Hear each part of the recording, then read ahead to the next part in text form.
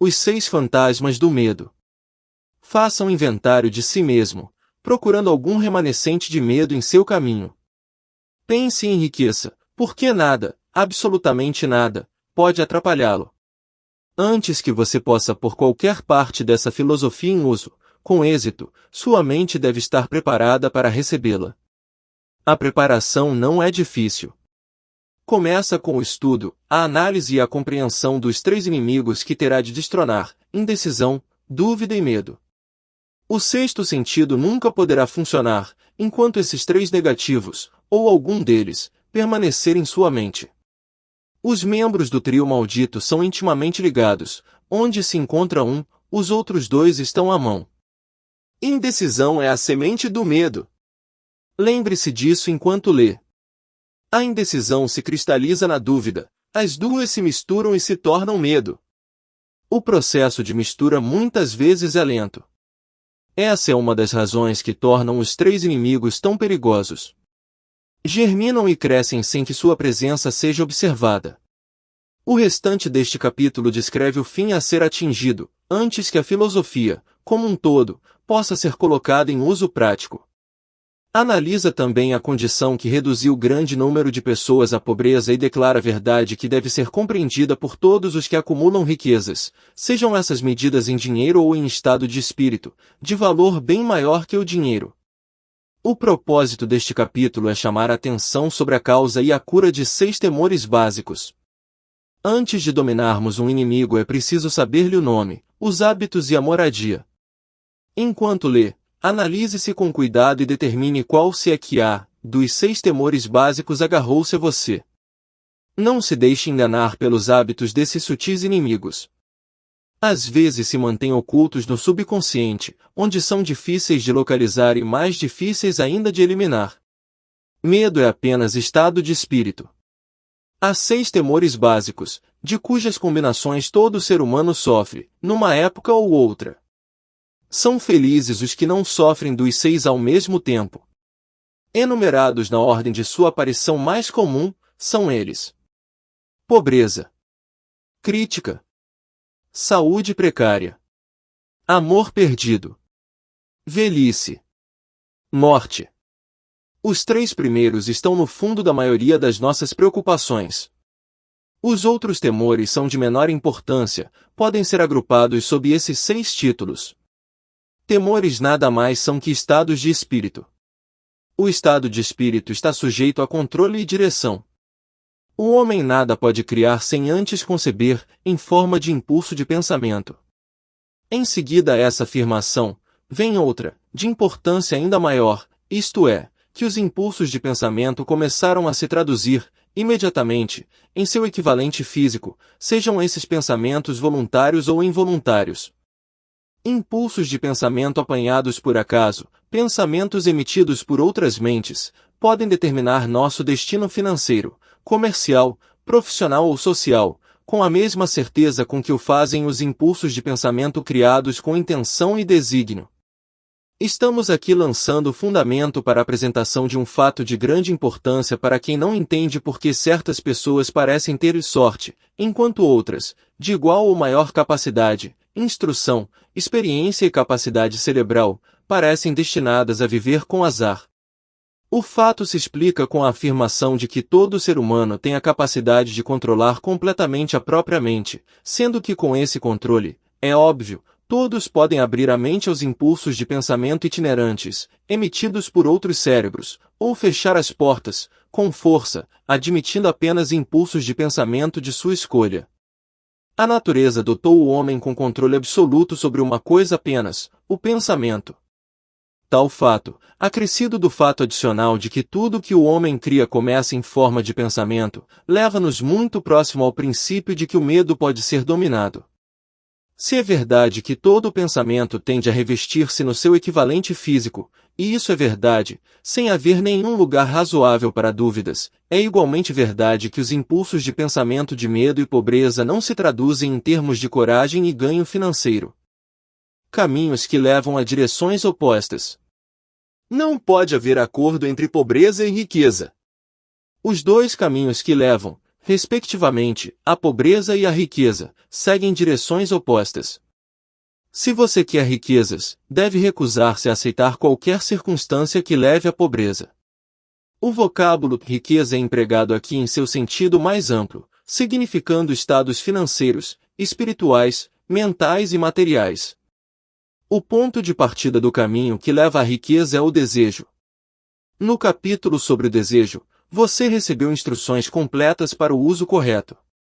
Neste capítulo sobre o medo, você tem instruções completas para preparar a mente a fazer uso prático do desejo. Chegamos então ao lugar em que você deve aceitar o desafio, que irá determinar quanto dessa filosofia assimilou.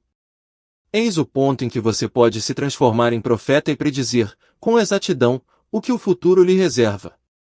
Se, depois de ler esse capítulo, você estiver disposto a aceitar a pobreza, pode então preparar-se para recebê-la. Essa decisão não pode ser evitada. Se você exigir riquezas, determine que espécie e quanto exigirá para ficar satisfeito. Você sabe o caminho que leva à riqueza. Recebeu o mapa que, se for seguido, o conservará no caminho certo. Se não ligar para começar ou parar antes da chegada, a culpa não será de ninguém, senão sua. Essa é sua responsabilidade. Nenhum álibi irá salvá-lo de aceitar a responsabilidade se você falhar ou se recusar a exigir riquezas da vida, porque a aceitação só exige uma coisa, por acaso, a única que você pode controlar, e é o estado de espírito. Estado de espírito não se presume. Não pode ser comprado, deve ser criado. Analise seus temores. Medo de pobreza é estado de espírito. Nada mais. Mas é o suficiente para destruir as oportunidades de realização em qualquer empresa. Esse medo paralisa a faculdade do raciocínio, destrói a faculdade da imaginação, mata a autoconfiança, solapa o entusiasmo, desanima a iniciativa, leva à incerteza de propósito. Encoraja a procrastinação e torna o autocontrole impossível.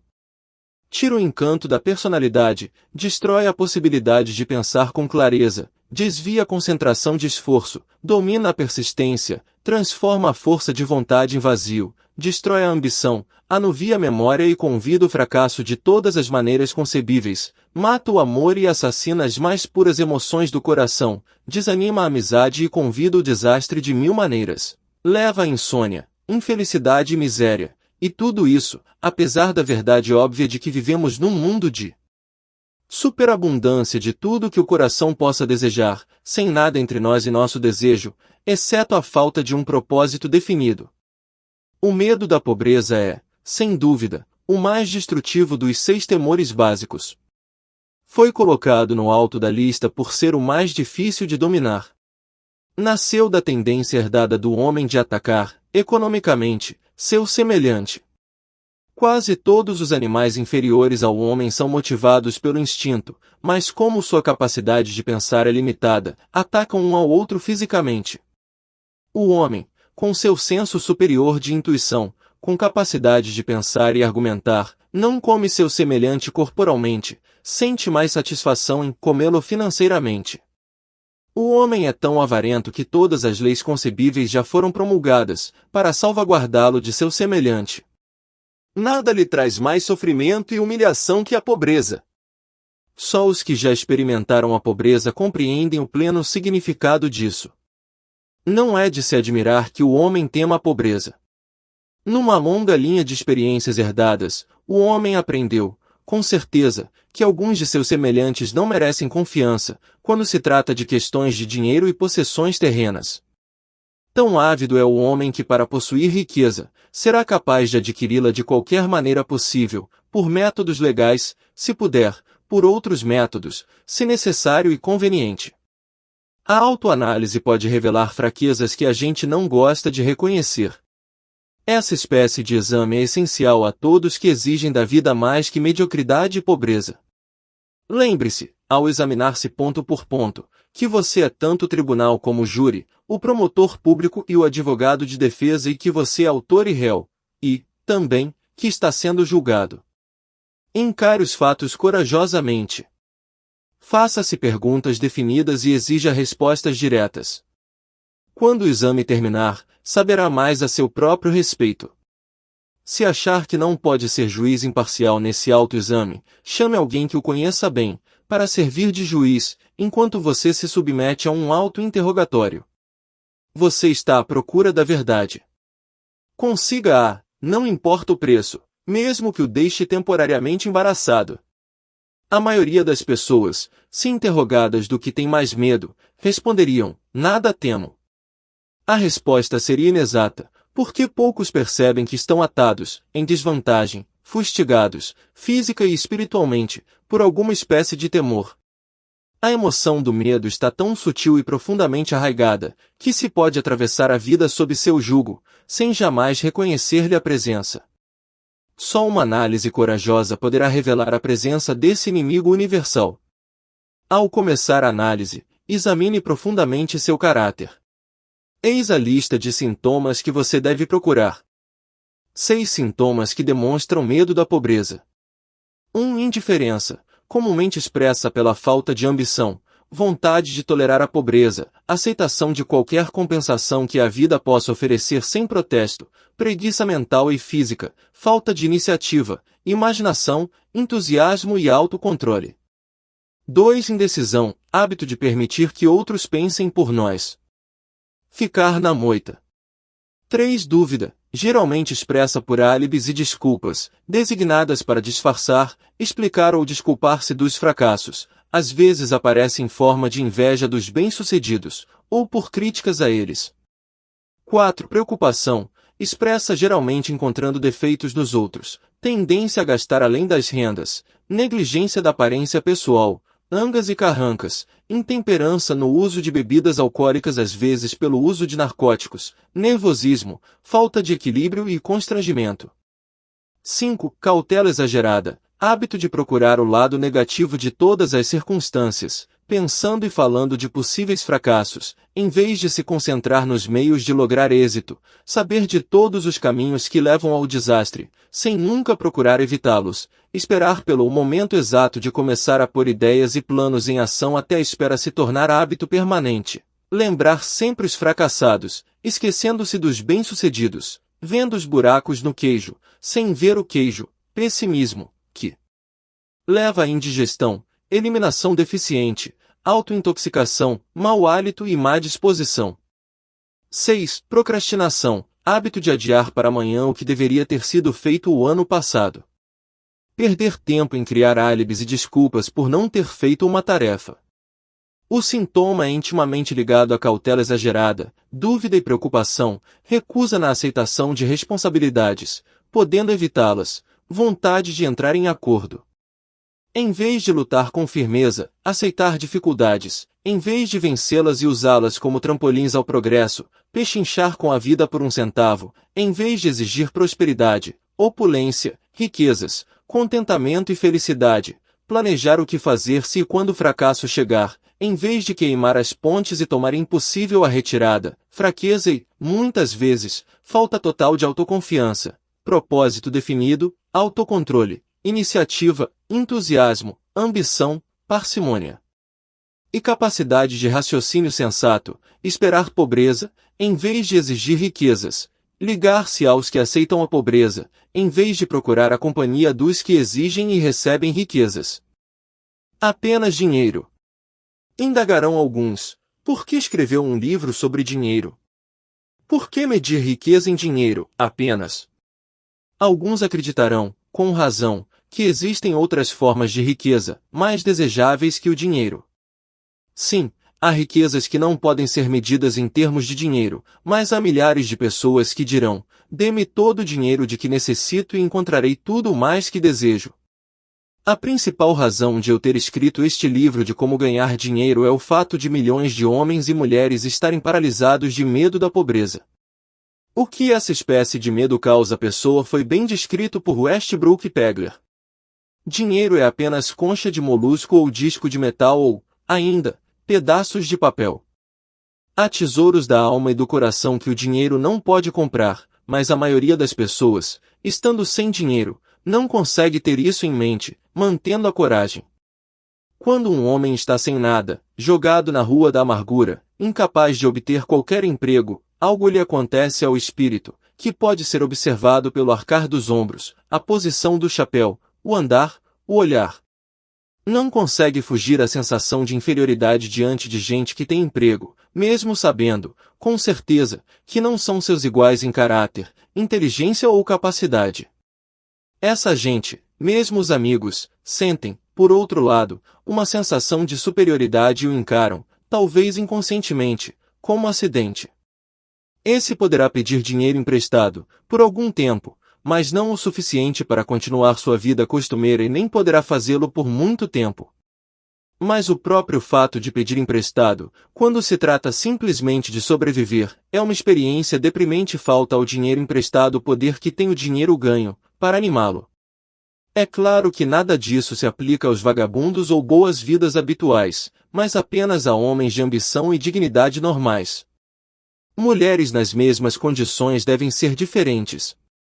Nunca pensamos nas mulheres, ao considerar os vencidos. Poucas se acham nas filas de caridade, raramente são vistas pedindo esmola nas ruas e não são reconhecíveis na multidão pelos mesmos sinais patentes que identificam um homem derrotado. Naturalmente não me refiro às bruxas que arrastam os pés nas ruas da cidade e que são o correspondente dos vagabundos masculinos conformados. Refiro-me às mulheres razoavelmente jovens, decentes e inteligentes. Deve haver muitas delas, mas seu desespero não é aparente. Talvez se matemática. Quando o homem está vencido, tem tempo de sobra para se preocupar. Pode viajar muitos quilômetros para ver alguém a respeito de um emprego e descobrir que já foi preenchido ou que é um desses empregos sem pagamento fixo, mas dependente de comissão sobre as vendas de alguma bugiganga inútil, que ninguém compra, a não ser de dó. Se recusar, estará de volta à rua da amargura, sem ter para onde ir.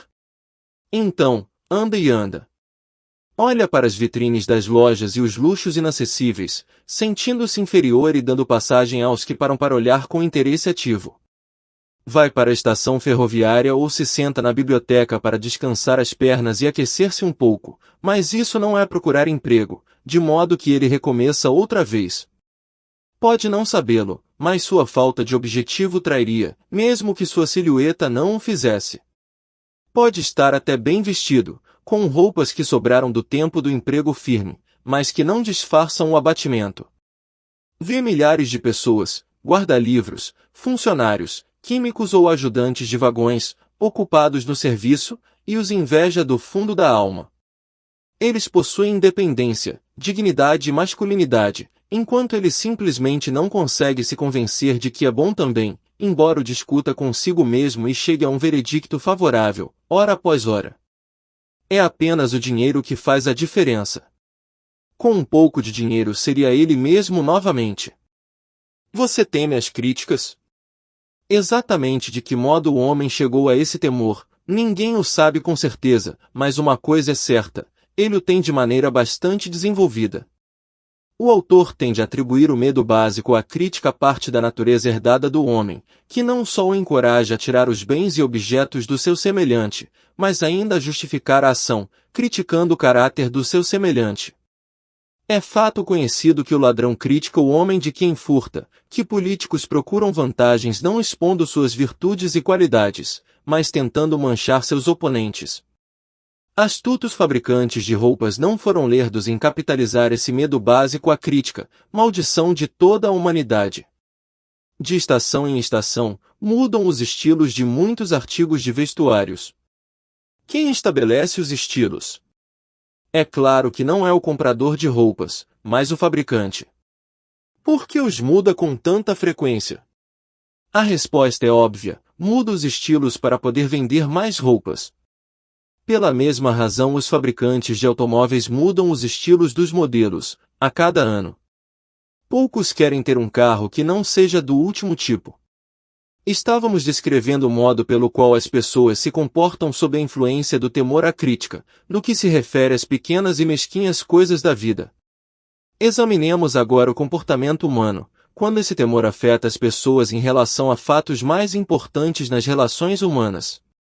Tomemos como exemplo praticamente qualquer pessoa que tenha chegado à idade da maturidade mental, dos 35 aos 40 anos, como média geral. Se pudesse ler-lhe os pensamentos secretos, encontraríamos, em geral, uma descrença muito decidida nas fábulas que inúmeros dogmáticos ensinavam há algumas décadas. Por que é que a pessoa média, mesmo nos nossos dias de esclarecimento, hesita em negar sua crença nas fábulas? A resposta é: medo da crítica. Homens e mulheres já foram queimados vivos por ousarem manifestar descrença em fantasmas. Não é de admirar que tenhamos herdado uma consciência que nos faz temer as críticas. Houve época, e não muito distante, em que a crítica trazia severos castigos, ainda os traz, em alguns países. O medo à crítica rouba a iniciativa ao homem, destrói-lhe o poder de imaginação, limita-lhe a individualidade, tira-lhe a autoconfiança, causando-lhe danos em centenas de outras maneiras. Pais causam aos filhos, às vezes, ferimentos irreparáveis, ao criticá-los. A mãe de um de meus companheiros de infância costumava castigá-lo quase diariamente, com uma chibata, sempre completando a obra com a afirmação: "Você acabará na penitenciária antes dos 20. Mandaram-no a um reformatório, aos 17 anos de idade. Crítica é uma forma de serviço que todos têm em demasia. Todos possuem um estoque dela, distribuindo-a, de graça, quer a pedido, quer não. Os parentes mais próximos são, às vezes, os piores ofensores. Deveria ser considerado crime, na realidade crime da pior espécie, os pais criarem complexos de inferioridade na mente da criança, por críticas desnecessárias. Empregadores que compreendem a natureza humana conseguem o máximo dos homens, não através de críticas, mas por sugestões construtivas. O mesmo resultado pode ser obtido pelos pais, com relação aos filhos. A crítica implanta o medo no coração humano, ou então ressentimento, mas nunca amor ou afeição. 7 sintomas que demonstram medo à crítica. Esse medo é quase tão universal quanto o medo da pobreza e seus efeitos fatais à realização pessoal, principalmente porque destrói a iniciativa e desencoraja o uso da imaginação. Os sintomas principais são: 1. Acanhamento, geralmente expresso por nervosismo, timidez na conversação e em conhecer estranhos, movimentos desajeitados das mãos e membros, olhares desviados. 2. Falta de equilíbrio, expressa por falta de controle da voz, nervosismo na presença dos outros, má postura do corpo, péssima memória. 3. Personalidade fraca, falta de firmeza nas decisões, de encanto pessoal e capacidade de exprimir opiniões com firmeza. Hábito de desviar-se dos assuntos, em vez de encará-los. Concordância com os outros, sem antes examinar-lhes as opiniões, com cuidado.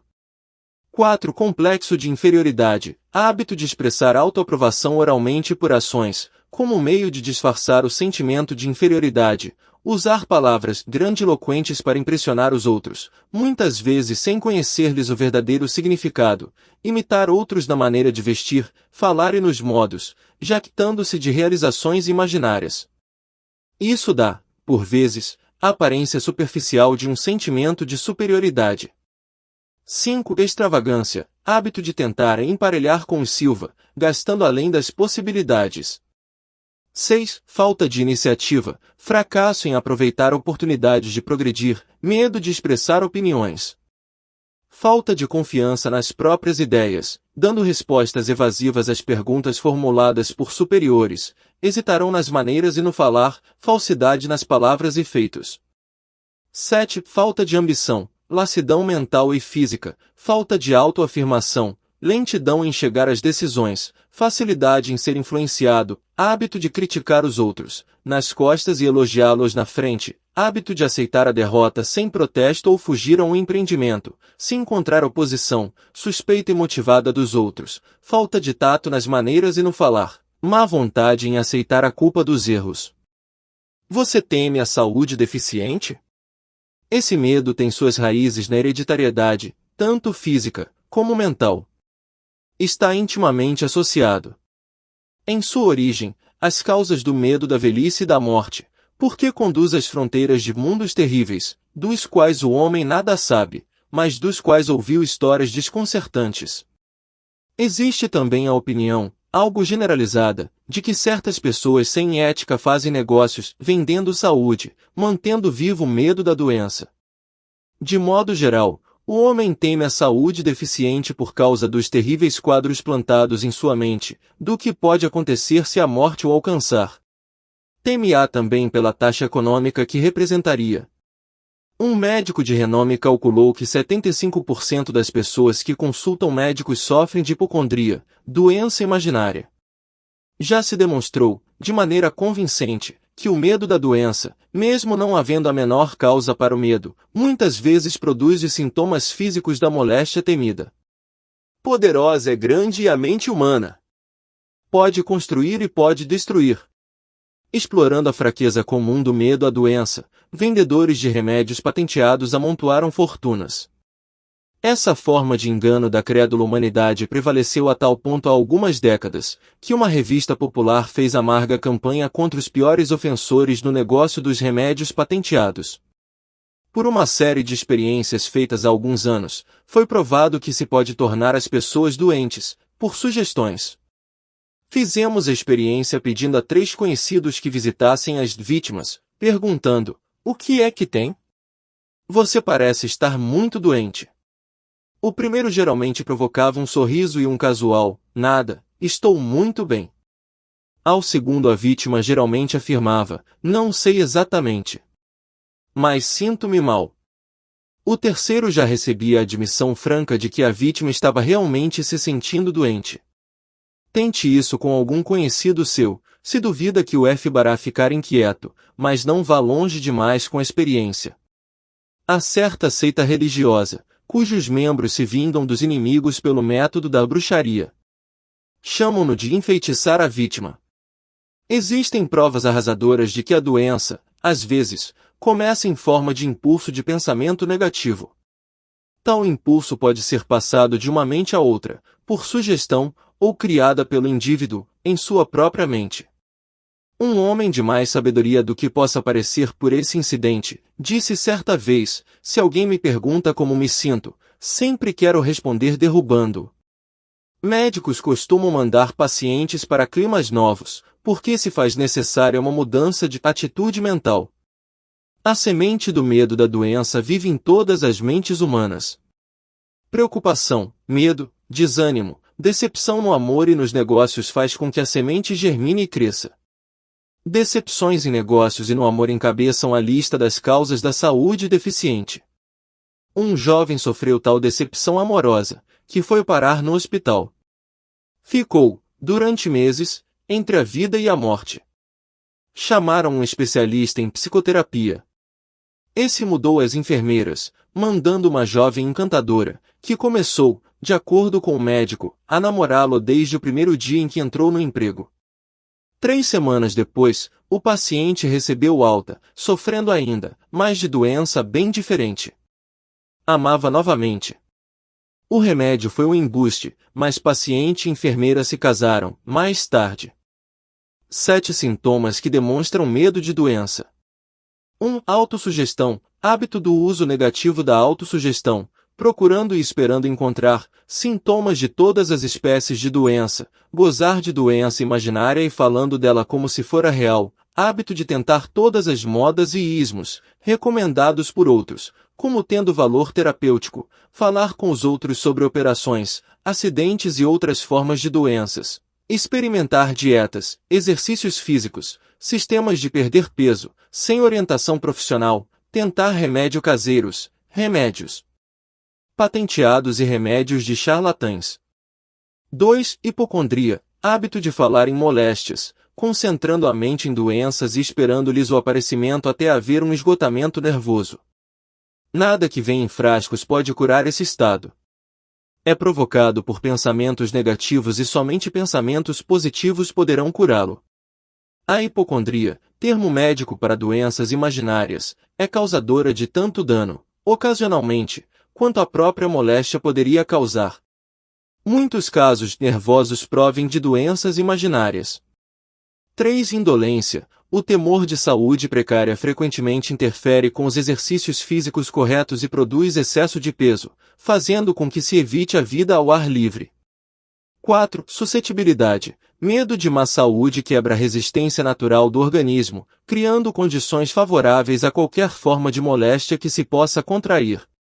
O medo de doenças está comumente relacionado ao medo da pobreza, especialmente no caso do hipocondríaco, que se preocupa sempre com a possibilidade de ter de pagar contas de médico, de hospital, etc. Esse tipo de pessoa perde muito tempo preparando-se para a doença, falando sobre morte, economizando dinheiro para lotes no cemitério e despesas de funeral, etc. 5. Mimar a si mesmo. Hábito de tentar despertar piedade, usando a doença imaginária como meio. Esse truque é muitas vezes empregado para evitar trabalho, hábito de fingir doença, para disfarçar a preguiça, ou como álibi para a falta de ambição. 6. Intemperança. Hábito do uso de álcool ou narcóticos, para eliminar dores, como a de cabeça, nevralgia, etc., em vez de eliminar-lhes a causa. 7. Preocupação. Hábito de ler sobre doenças e preocupar-se com a possibilidade de ser por elas atingido, assim como o hábito de ler anúncios de remédios patenteados. Você teme a perda do amor? A fonte original desse temor inerente data, obviamente, do hábito poligâmico do homem, de roubar a companheira de seu semelhante e do hábito de tomar liberdades com ela, sempre que pode. Ciúme e outras formas similares de neurose originam-se do medo herdado da perda de amor. Esse é o mais doloroso dos 6 temores básicos.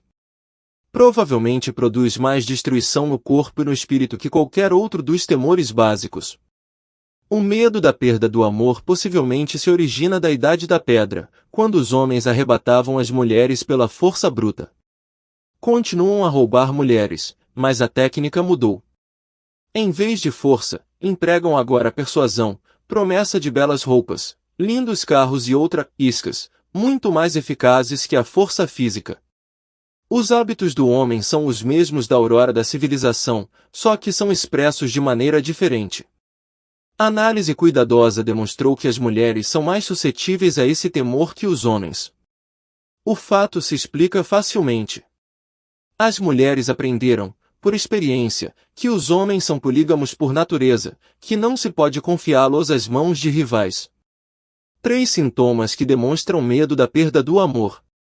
1. Ciúme, hábito de suspeitar de amigos e de criaturas amadas, sem qualquer prova razoável, sem motivo suficiente, hábito de acusar a esposa ou o marido de infidelidade, sem motivo, suspeita geral, de todos, sem fé absoluta em ninguém. 2. Encontrar defeitos, hábito de encontrar defeitos em amigos, parentes, sócios comerciais e seres amados, a menor provocação ou sem causa alguma.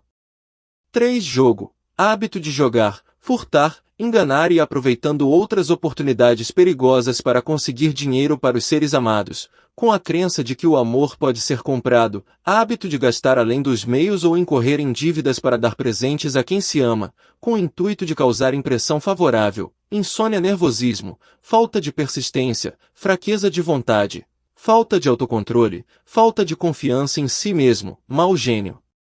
Você teme a velhice? De modo geral, esse temor provém de 2 fontes. Em primeiro lugar está o pensamento de que a velhice pode trazer pobreza. Em segundo lugar, e muito mais comum, de ensinamentos falsos e cruéis do passado, muito bem misturados com fogo e enxofre e outras superstições, astutamente planejadas para escravizar o homem pelo medo. No temor básico da velhice, o homem tem 2 razões sólidas para apreensão, uma nascida da desconfiança em relação a seus semelhantes que poderão se apossar de todos os bens terrenos que possui, outra originada dos quadros terríveis que seu espírito guarda do mundo do além. A possibilidade de doença, mais comum na velhice, também é causa que contribui ao temor da idade provecta. Erotismo também contribui para o medo da velhice, pois ninguém se alegra com a ideia da diminuição da atração sexual. A causa mais comum de medo da velhice está ligada à possibilidade de pobreza. Asilo não é palavra bonita. Arrepia todos os que encaram a possibilidade de ter de passar os últimos anos numa instituição para velhos pobres. Outra causa que contribui ao temor da velhice é a possibilidade de perda de liberdade e independência, pois a idade avançada pode trazer a perda tanto da liberdade física como da econômica. 4 sintomas que demonstram medo da velhice. 1. Diminuição prematura de ritmo. Tendência de diminuir o ritmo por volta dos 40 anos, idade da maturidade mental, e de desenvolver um complexo de inferioridade acreditando-se decadente devido à idade. 2. Desculpas pela idade. Hábito de falar, como quem se desculpa de estar velho, só por ter alcançado a idade de 40 ou 50. Ao contrário, dever-se expressar gratidão, por se ter alcançado a fase da sabedoria e da compreensão. 3. Perda da iniciativa. Iniciativa, imaginação e autoconfiança se perdem quando se acredita, falsamente, que se é velho demais para exercer tais qualidades. 4. Disfarçar-se de jovem, hábito de adotar vestuário e maneiras de gente moça. O que só causa ridículo, diante de amigos estranhos e é bastante comum. 4 sintomas que demonstram medo da velhice. 1. Diminuição prematura de ritmo. Tendência de diminuir o ritmo por volta dos 40 anos, idade da maturidade mental, e de desenvolver um complexo de inferioridade acreditando-se decadente devido à idade. 2. Desculpas pela idade, hábito de falar, como quem se desculpa de estar velho, só por ter alcançado a idade de 40 ou 50. Ao contrário, dever-se expressar gratidão, por se ter alcançado a fase da sabedoria e da compreensão. 3. Perda da iniciativa. Iniciativa, imaginação e autoconfiança se perdem quando se acredita, falsamente, que se é velho demais para exercer tais qualidades. 4. Disfarçar-se de jovem, hábito de adotar vestuário e maneiras de gente moça. O que só causa ridículo, diante de amigos estranhos e é bastante comum. Você teme a morte? Para alguns esse é o temor básico mais cruel. A razão é óbvia. A terrível angústia do medo, ligado ao pensamento da morte, pode ser atribuído, em muitos casos, a fanatismo religioso. Os supostos pagãos temem menos a morte que os civilizados. Durante milhares de anos o homem continua fazendo as perguntas não respondidas: de onde? E para onde? De onde venho e para onde vou? Em épocas menos esclarecidas, no passado, os astutos e hábeis eram rápidos em oferecer respostas a essas perguntas, por determinado preço. Venha à minha tenda, abraça a minha fé, aceita meus dogmas e te darei a entrada que te admitirá diretamente ao céu. Quando morreres, proclama um líder do sectarismo. Permanece fora de minha tenda e o diabo te levará e te queimará por toda a eternidade. A ideia do castigo eterno destrói o interesse na vida e torna a felicidade impossível. Conquanto o líder religioso não possa fornecer salvo-conduto ao céu, nem, por falta de tal disposição, permitir que o infeliz desça ao inferno, essa última possibilidade parece tão terrível que o próprio pensamento toma conta da imaginação, de maneira tão realista que paralisa a razão e causa o medo da morte. Atualmente o temor da morte já não é tão comum quanto era, na época em que não havia ainda as grandes universidades. As cientistas lançaram as luzes da verdade sobre o mundo e essa verdade está libertando, rapidamente, homens e mulheres, do terrível medo da morte. As jovens que frequentam as universidades e outras instituições de ensino não se impressionam facilmente com o fogo e o enxofre. Com o auxílio da biologia, da astronomia, da geologia e outras ciências afins, os temores da Idade Média, que dominavam a mente humana, foram dissolvidos. O mundo inteiro consiste apenas de duas coisas, energia e matéria. Em física elementar aprendemos que nem a matéria nem a energia, as únicas realidades que o homem conhece, podem ser criadas ou destruídas. Tanto a matéria como a energia podem ser transformadas, mas nunca destruídas. A vida é energia, não há dúvida nenhuma. Se nem energia, nem matéria podem ser destruídas, é claro que a vida não pode ser destruída. Como outras formas de energia, pode passar por vários processos de transição ou transformação, mas não pode ser destruída. A morte é mera transição. Se a morte não for mera transformação ou transição, então nada mais vem depois dela senão um sono longo, eterno, tranquilo e o sono não deve ser temido. Assim, você poderá eliminar, para sempre, o medo da morte. 3 sintomas que demonstram medo da morte. 1. Pensar em morrer, hábito que prevalece entre os idosos, embora os mais jovens se preocupem muitas vezes com a morte em vez de aproveitar a vida ao máximo. Isso se deve, frequentemente, à falta de propósito ou à inabilidade de encontrar, talvez graças à falta de propósito, uma profissão adequada. O maior remédio para o medo da morte é o desejo ardente de realização, baseado em serviços úteis aos outros. A pessoa ocupada não pensa em morrer. 2. Associação com o medo da pobreza. Pode-se temer o assalto da pobreza na própria vida ou que a morte cause pobreza aos seres amados. 3. Associação com doença ou desequilíbrio. Doença física pode levar à depressão mental. Decepção no amor, fanatismo religioso, estado grave de neurose ou insanidade mesmo são também causas do medo da morte. 3 sintomas que demonstram medo da morte. 1. Pensar em morrer, hábito que prevalece entre os idosos, embora os mais jovens se preocupem muitas vezes com a morte em vez de aproveitar a vida ao máximo.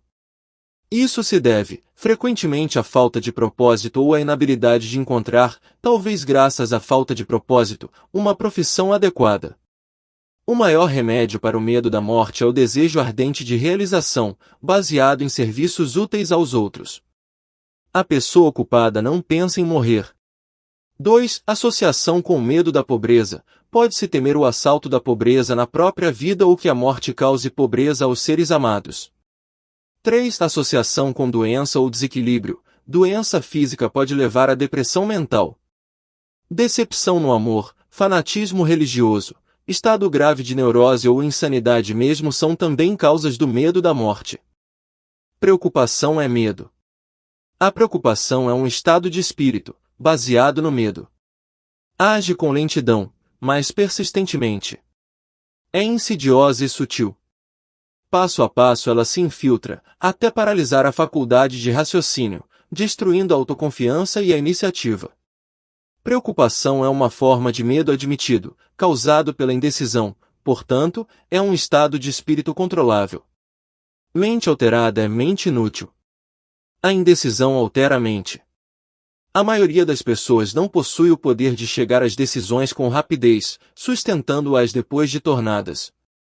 Condições não nos preocupam, uma vez alcançada a decisão de seguir uma linha de ação definida. Certa vez entrevistei um homem que seria eletrocutado dali a 2 horas.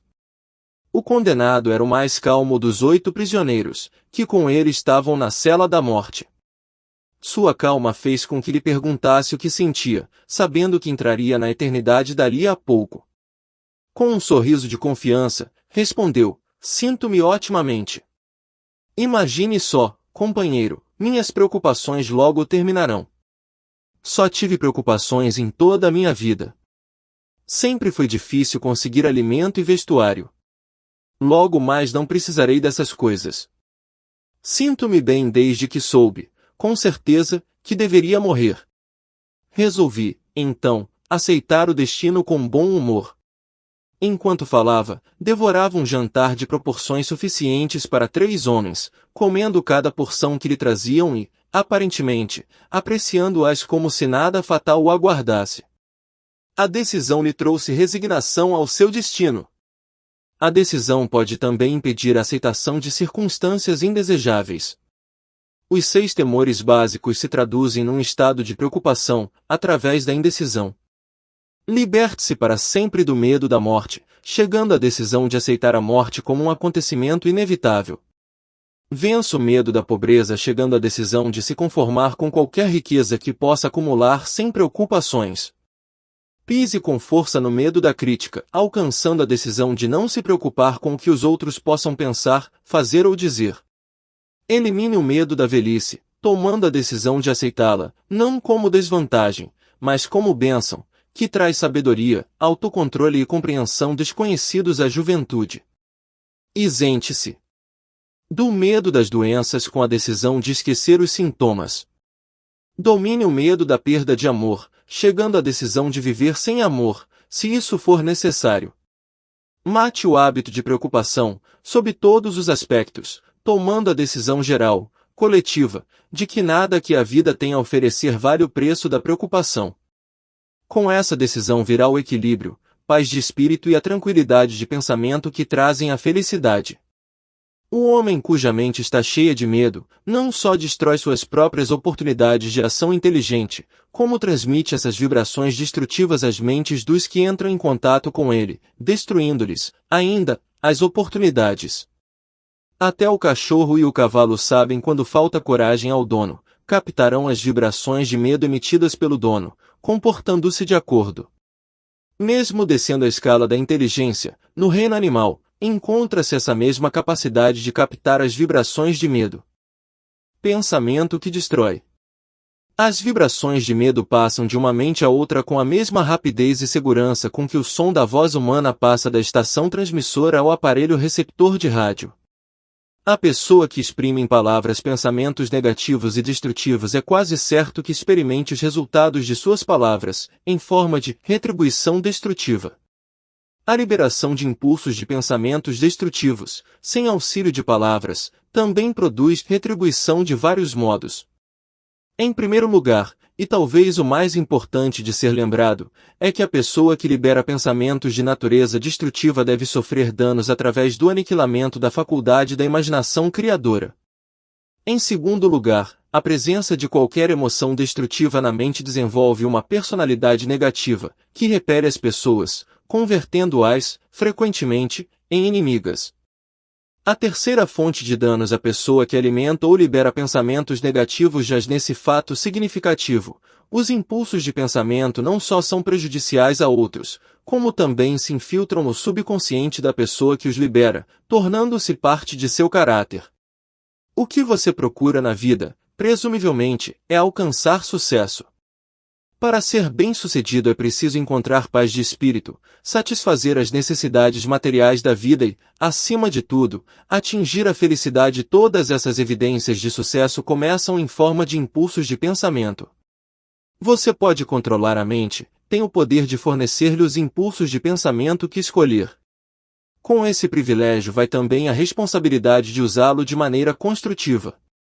Você é o senhor de seu destino terreno, do mesmo modo que possui o poder de controlar seu ambiente, tornando sua vida o que deseja que ela seja, ou pode deixar de exercer o privilégio que lhe pertence, de fazer sua vida de encomenda, jogando-se assim ao alto mar das circunstâncias, onde será balançado para cá e para lá, qual casquinha nas ondas do oceano. Você é suscetível demais? Somado aos 6 temores básicos, existe outro mal de que sofrem as pessoas. Constitui solo rico, em que as sementes do fracasso crescem em abundância. É tão sutil, que sua presença muitas vezes nem é notada. Essa tribulação não pode ser chamada, com propriedade, de temor. Está mais arraigada e é mais frequentemente fatal que todos os 6 temores juntos. Por falta de um nome melhor, chamemos o mal de suscetibilidade a influências negativas. Homens que acumulam grandes riquezas sempre se protegem contra o mal. Os indigentes nunca o fazem. Os que obtêm êxito em qualquer profissão devem preparar a mente para resistir ao mal. Se você está estudando esta filosofia com o intuito de acumular riquezas, examine-se com cuidado, para determinar se é suscetível a influências negativas. Se negligenciar essa autoanálise, perderá o direito de alcançar o objeto de seus desejos. Faça uma análise perscrutadora. Depois de ler as perguntas preparadas para a autoanálise, atenha-se a um balanço estrito, nas respostas. Enfrente a tarefa com o mesmo cuidado com que vasculharia a presença de outro inimigo, que o estivesse esperando numa armadilha e saiba lidar com as próprias falhas como o faria com um inimigo mais tangível. Você pode facilmente se proteger contra assaltantes de estrada, porque a lei fornece cooperação organizada a seu favor, mas esse 7º mal básico é mais difícil de dominar porque o ataca quando você nem lhe percebe a presença. Enquanto você dorme e enquanto está desperto. A arma que usa é intangível, porque consiste apenas de um estado de espírito. O mal também é perigoso, porque ataca em tantas formas quantas são as experiências humanas. Às vezes, penetra a mente pelas palavras bem-intencionadas dos próprios parentes. Outras vezes, vem de dentro, pela própria atitude mental de cada um. É sempre mortal como o veneno, embora não mate com tanta rapidez. Proteja-se. Para proteger-se contra influências negativas, sejam de sua própria criação ou resultado de atividades de pessoas negativas, que o cercam, reconheça que possui força de vontade, colocando-o em uso constante até formar um muro de imunidade contra influências de sua mente. Reconheça o fato de que você e todo ser humano são, por natureza, preguiçosos, indiferentes e suscetíveis às sugestões que se harmonizem com suas fraquezas. Reconheça que você é suscetível, por natureza, aos 6 temores básicos, adquirindo hábitos que combatam tais temores. Reconheça que influências negativas muitas vezes se exercem sobre seu subconsciente, o que torna difícil captá-las e conserve a mente fechada contra as pessoas que o deprimem ou desanimam de algum modo. Faça uma limpeza no armário de remédios, jogando fora os comprimidos e pare de alcovitar resfriados, dores e doenças imaginárias. Procure, deliberadamente, a companhia de gente que a influencia a pensar e a agir por si. Não espere aborrecimentos, pois eles têm o costume de não desapontá-lo. Sem dúvida, a fraqueza mais comum dos seres humanos é a de deixar a mente aberta à influência negativa dos outros. Essa fraqueza é ainda mais prejudicial porque a maioria das pessoas não reconhece que carrega consigo a maldição e os que a reconhecem, deixam de corrigi-la ou recusam-se a corrigir o mal até se tomar parte incontrolável de seus hábitos diários. Para ajudar aos que se querem ver como realmente são, foi preparada essa lista de perguntas. Leia-as e dê as respostas em voz alta, para que possa ouvir a própria voz. Isso lhe facilitará ser franco consigo mesmo. Proteja-se. Para proteger-se contra influências negativas, sejam de sua própria criação ou resultado de atividades de pessoas negativas, que o cercam, reconheça que possui força de vontade, colocando-o em uso constante até formar um muro de imunidade contra influências de sua mente. Reconheça o fato de que você e todo ser humano são, por natureza, preguiçosos, indiferentes e suscetíveis às sugestões que se harmonizem com suas fraquezas. Reconheça que você é suscetível, por natureza, aos 6 temores básicos, adquirindo hábitos que combatam tais temores. Reconheça que influências negativas muitas vezes se exercem sobre seu subconsciente, o que torna difícil captá-las e conserve a mente fechada contra as pessoas que o deprimem ou desanimam de algum modo. Faça uma limpeza no armário de remédios, jogando fora os comprimidos e pare de alcovitar resfriados, dores e doenças imaginárias. Procure, deliberadamente, a companhia de gente que a influencia a pensar e a agir por si. Não espere aborrecimentos, pois eles têm o costume de não desapontá-lo. Sem dúvida, a fraqueza mais comum dos seres humanos é a de deixar a mente aberta à influência negativa dos outros. Essa fraqueza é ainda mais prejudicial porque a maioria das pessoas não reconhece que carrega consigo a maldição e os que a reconhecem, deixam de corrigi-la ou recusam-se a corrigir o mal até se tomar parte incontrolável de seus hábitos diários. Para ajudar aos que se querem ver como realmente são, foi preparada essa lista de perguntas. Leia-as e dê as respostas em voz alta, para que possa ouvir a própria voz. Isso lhe facilitará ser franco consigo mesmo. Pense antes de responder. Você se queixa, com frequência, de sentir-se mal e, quando isso acontece, qual a causa? Encontra defeitos nos outros à menor provocação. Comete erros frequentes em seu trabalho e, se é assim, por quê? É sarcástico e ofensivo ao conversar?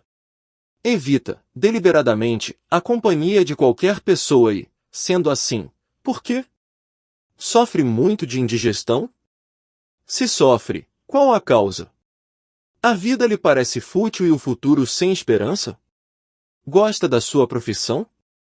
Se não, por quê? Sente, com frequência, autocompaixão? Se sente, por quê? Sente inveja dos que o superam? A que dedica mais tempo, a pensar no sucesso ou no fracasso? Está ganhando ou perdendo confiança em si mesmo, à medida que envelhece? Aprende algo de valor, dos erros cometidos? Permite que algum parente ou amigo preocupe? Se é assim, por quê? Acontece, às vezes, estar nas nuvens e outras vezes, nas profundezas do desespero? Quem exerce sobre você a influência mais inspiradora? Qual a causa? Tolera influências negativas ou desanimadoras, podendo evitá-las. Não se importa com a aparência pessoal? Sendo assim, quando e por quê? Aprendeu a afogar as mágoas ficando ocupado demais para que o aborreçam? Chamar-se-ia de Maria vai com as outras se permitisse aos outros pensarem por você? Quantos distúrbios evitáveis o aborrecem e por que os tolera? Recorre à bebida, narcóticos ou cigarros para acalmar os nervos. Se é assim, por que não tenta força de vontade em lugar deles? Alguém o escaceteia? Por quê? Tem algum propósito importante? Sendo assim, o que é e quais os planos para alcançá-lo? Sofre de algum dos 6 temores básicos? De qual deles? Possui um método que o proteja das influências negativas? Faz uso deliberado da autossugestão para tomar a mente positiva? O que preza mais, suas propriedades materiais ou o privilégio de controlar os próprios pensamentos? É facilmente influenciado por outros, contra seu próprio juízo? O dia de hoje acrescentou alguma coisa ao seu estoque de conhecimentos ou estado de espírito? Encara, com coragem, as circunstâncias que o tomam infeliz ou evita a responsabilidade. Analisa os erros e fracassos, tentando tirar vantagens deles, ou sua atitude é de que isso não lhe compete. Pode numerar 3 de suas fraquezas mais prejudiciais? O que está fazendo para corrigi-las? Você anima os outros a lhe contarem suas preocupações, despertando-lhe a compaixão? Escolhe, das experiências diárias, lições ou influências que possam ser úteis ao seu progresso pessoal. Sua presença exerce influência negativa sobre os outros, via de regra? Quais os hábitos alheios que mais o aborrecem? Forma opiniões próprias ou deixa-se influenciar pelos outros? Aprendeu a criar um estado de espírito capaz de escudá-lo contra influências desanimadoras? Sua profissão lhe inspira fé e confiança? Sente-se possuidor de forças espirituais de poder suficiente para manter a mente livre de todas as formas de medo? A religião ajuda a manter sua mente objetiva? Acha que é seu dever compartilhar das preocupações alheias? Por quê? Se acredita que, cada qual com seu igual, o que descobriu a seu respeito, estudando os amigos que atrai? Qual a ligação, se é que existe, que vê entre as pessoas com as quais se dá mais intimamente infelicidade que possa experimentar? Seria possível que alguém, a quem considera amigo, seja na realidade seu pior inimigo, devido à influência negativa sobre sua mente? De acordo com que regras julga os que lhe são úteis e os que lhe são prejudiciais? Seus companheiros mais íntimos são superiores ou inferiores a você mentalmente? De cada 24 horas, quanto tempo dedica às suas ocupações? B. Sono. C. Jogos e descanso. D. Aquisição de conhecimentos úteis. E. Simples perda de tempo? Quem, entre seus amigos, A. o anima mais? B. o admoesta mais? C. o desanima mais? Qual a sua maior preocupação? Por que a tolera? Quando alguém lhe oferece conselho de graça, não solicitado, você o aceita sem discutir ou analisa-lhe os motivos. O que deseja acima de tudo? Pretende adquiri-lo? Está disposto a subordinar todos os outros desejos a esse? Quanto tempo diário dedica à sua aquisição? Você muda de opinião com frequência? Por quê? Costuma terminar tudo que começa? Impressiona-se facilmente com os negócios alheios ou títulos profissionais, graus universitários, riqueza? É facilmente influenciável pelo que os outros pensam e dizem de você? Liga-se às pessoas por causa do status social ou financeiro delas? Qual, na sua opinião, a pessoa viva mais importante? De que modo essa pessoa lhe é superior? Quanto tempo dedicou a estudar e responder a essas perguntas? Pelo menos um dia é necessário para análise e resposta da lista toda. Se respondeu com franqueza a todas as perguntas, sabe agora mais a seu próprio respeito do que a maioria das pessoas. Estude, cuidadosamente, as perguntas, volte a elas uma vez por semana, durante vários meses. E, surpreenda-se com a quantidade de conhecimentos extraordinários, de grande valor para você, que terá adquirido pelo simples método de responder às perguntas com franqueza. Se não tiver certeza das respostas referentes a algumas das questões, peça a orientação de quem o conheça bem, principalmente dos que não têm motivos para agradá-lo, e veja-se através dos olhos deles. A experiência será surpreendente. A diferença que o controle mental faz. Você só tem controle absoluto sobre uma coisa, seus pensamentos. Esse é o fato mais significativo e inspirador que se conhece. Reflete a natureza divina do homem. Essa prerrogativa divina é o único meio pelo qual você pode controlar seu destino. Se você não conseguir controlar a mente, esteja certo de que não pode controlar mais nada. Se tiver de ser descuidado com suas posses, que o seja com relação às coisas materiais. A mente é sua propriedade espiritual. Projeta-a e use-a com o cuidado que a propriedade divina merece. Para isso lhe foi dada a força de vontade. Infelizmente, não há proteção legal contra os que, intencionalmente ou por ignorância, envenenam a mente alheia, por sugestão negativa.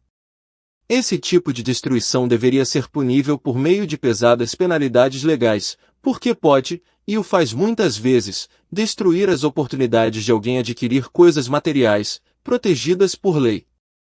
Homens de mente negativa tentaram convencer Thomas A. Edison de que não saberia construir a máquina capaz de gravar e reproduzir a voz humana, porque, argumentavam, ninguém tinha jamais produzido tal máquina. Edison não lhes deu crédito.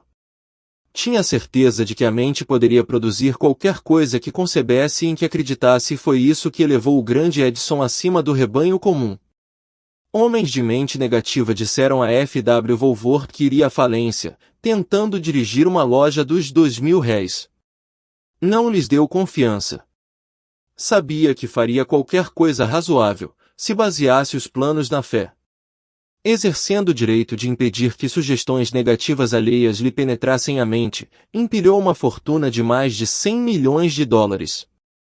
Gente incrédula zombava, com desprezo, de Henry Ford, quando esse experimentou o primeiro automóvel, rusticamente construído, nas ruas de Detroit.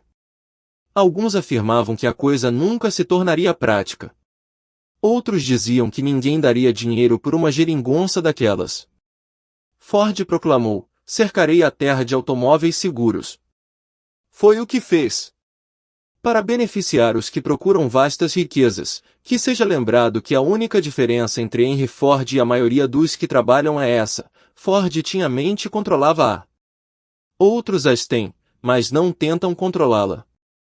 Controle mental é resultado de autodisciplina e hábito. Ou você controla a mente ou ela o controla. Não há meio termo.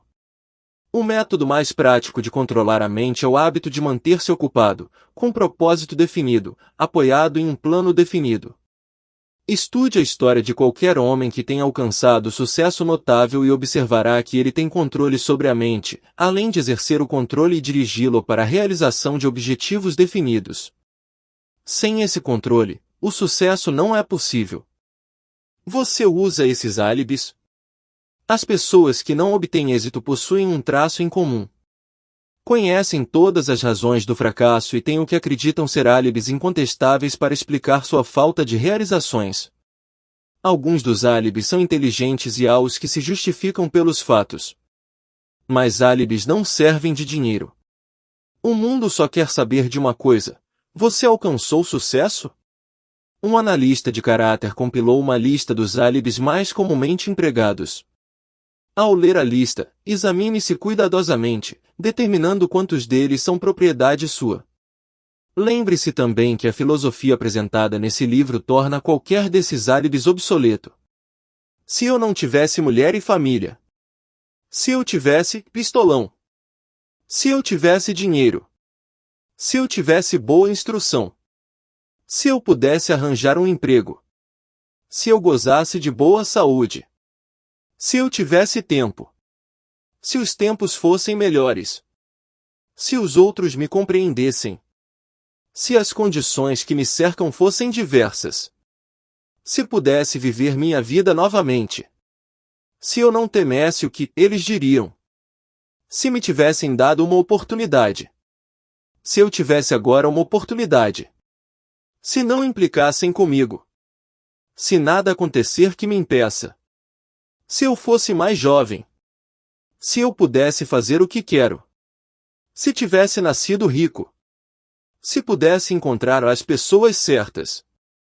Se eu tivesse o talento que alguns têm. Se eu ousasse me impor. Se eu tivesse aproveitado oportunidades passadas. Se as pessoas não me enervassem.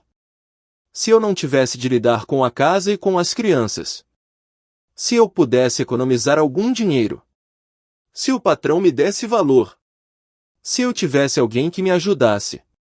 Se minha família me entendesse. Se eu vivesse numa cidade grande. Se eu pudesse começar. Se eu fosse livre. Se eu tivesse a personalidade de algumas pessoas. Se eu não fosse tão gordo. Se conhecessem meu talento. Se pudesse conseguir uma oportunidade. Se pudesse saldar minhas dívidas. Se eu não tivesse fracassado. Se eu soubesse como. Se todos não fossem contra mim. Se eu não tivesse tantas preocupações. Se eu pudesse me casar com a pessoa certa. Se as pessoas não fossem tão tolas. Se minha família não fosse tão extravagante. Se eu tivesse mais confiança em mim mesmo. Se a sorte não estivesse contra mim. Se eu não tivesse nascido sob signo errado. Se não fosse verdade que, o que tem de ser, será. Se eu não tivesse de trabalhar tão arduamente. Se eu não tivesse perdido dinheiro. Se eu morasse noutro bairro. Se eu não tivesse um passado. Se eu tivesse um negócio só meu. Se os outros me ouvissem. Se, e esse é o maior de todos, se eu tivesse a coragem de me ver como sou realmente, descobriria o que há de errado comigo e me corrigiria.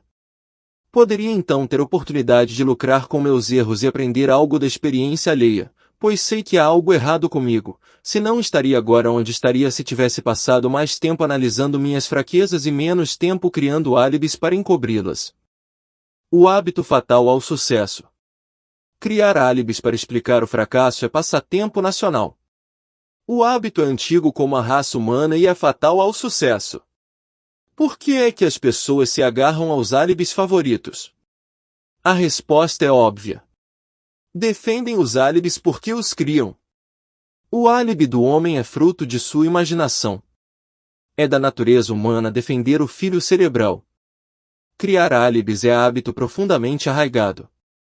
É difícil romper hábitos, especialmente quando são uma justificativa de algo que fazemos.